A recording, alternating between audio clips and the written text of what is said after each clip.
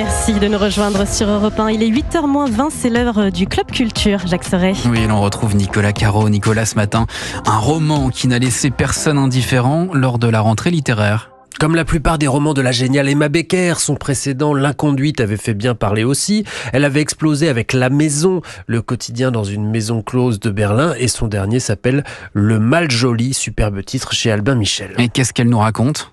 Une histoire d'amour intense qu'elle a vécue avec une petite complication romanesque. Elle est en couple, comme celui qu'elle adore, et elle a 2 enfants à élever. Deuxième difficulté, elle vit dans le sud du côté de Perpignan et lui à Paris. Troisième obstacle, ils n'ont rien à faire ensemble. Lui est un écrivain aristo au look flamboyant, conservateur. Elle est plutôt rock, tendance pas grand-chose à carrer des conventions. D'accord, mais c'est banal comme histoire, non ?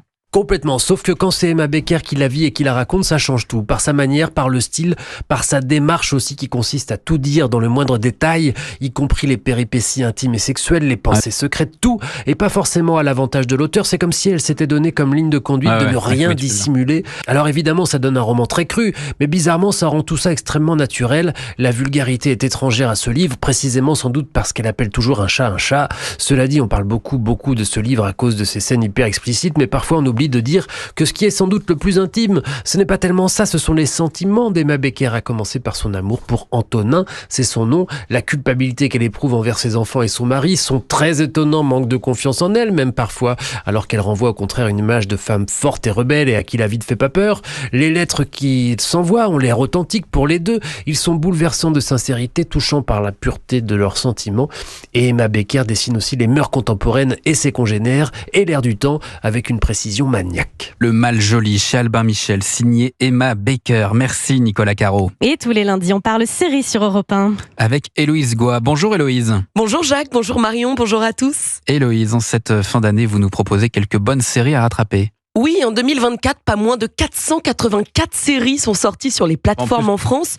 Alors pour vous aider à y voir plus clair, je vous en ai sélectionné 3, les meilleures de l'année selon moi. On commence avec un thriller d'un grand réalisateur mexicain.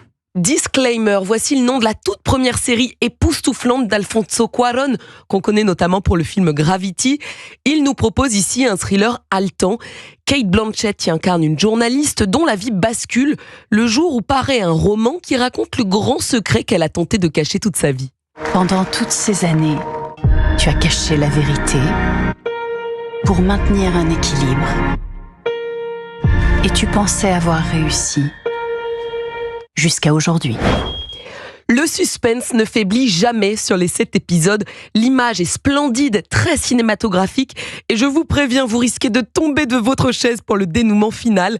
Disclaimer, cette série est à retrouver sur MyCanal et Apple TV+. Héloïse, vous nous conseillez aussi une série sur des dieux grecs. Chaos, K-A-O-S, est une comédie noire originale très réussie. La série nous fait voir les dieux de l'Olympe comme vous ne les avez jamais vus. Jeff Goldblum incarne un Zeus radin, hypocondriaque, égocentrique. Poséidon, le dieu de la mer, est ici un homme en slip moulant qui mange du homard sur son yacht.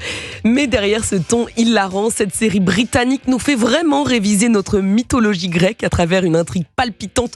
Vous deviendrez incollable sur Médusa, Perséphone ou les prophéties.